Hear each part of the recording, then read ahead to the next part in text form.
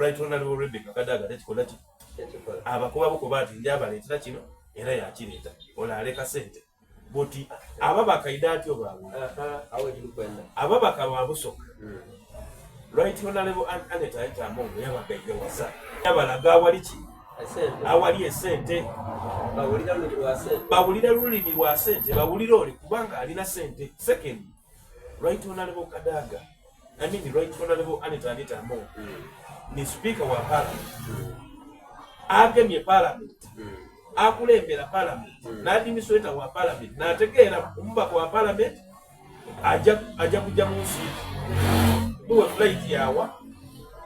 muwe mutere ku sente imeka because omubaka owe wange owekitiibwa Salomon ye yavaayo mukazi yakati nze mbirivinga mwani omulamu era oyo ni flight akola ki adifuna we yalwala yajja India emirundi gitya ekyo kigira ku n'emperekezi yakyo olwaire ofuna alawe esibiti mpeka ati wokuma ni Rebecca ye yasuubizanga yayo nga tekugiira kuti toke boti omubaka ali kuminkiriza okuba naye olina kufa ndala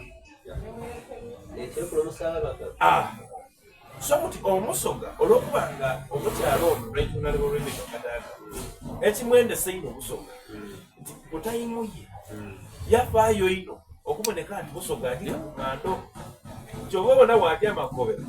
nti municipality yeiganga naliisi municipality yeiganga naliisi because yali speaker wache wa parliament iwe ono wabaire speaker wa parliament municipality yinike nyingi era omubaka wanako baidaka danzo omukazi n'apaire sente dino ampa ku kino politics abamukola n'amuntu wa bulijjo akola politics n'akola government n'omuntu waki ono ko tuli kweta common man so common man taba musimu ye n'alengeza common man ategeera nti municipality owebuki aibindi municipality ene yagireeta nani ni Kadaga so ye alemera ku Kadaga nti omukyalo tutamukubagana ate idukira Kadaga aliko ebyo okusaasilwa biki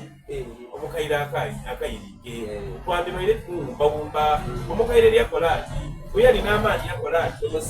tumusiine tukole tuti oyo n'omuntu waki so iwe womuvaako omuntu wa wansi akugemekeza kwiwe olunekiti wakati omukaire agemisako yakati iwe wakainenga nono kale bakukuba ki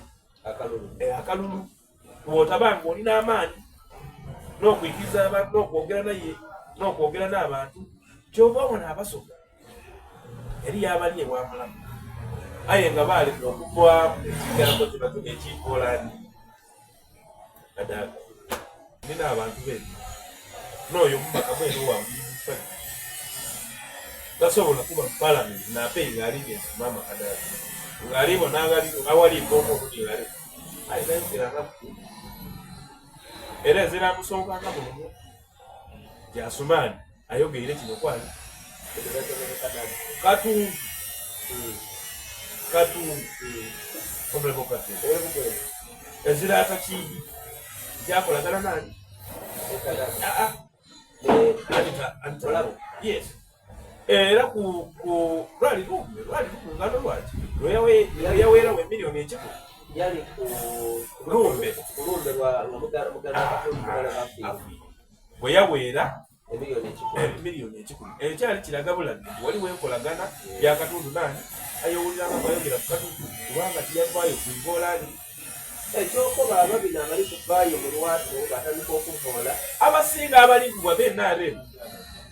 kubanga akalu ka seeke kaabayitira ekintu tubaali balina okujja era nga kozeki akyayo owuwo yawona atya nga lwe yavaayo lwa 5 milioni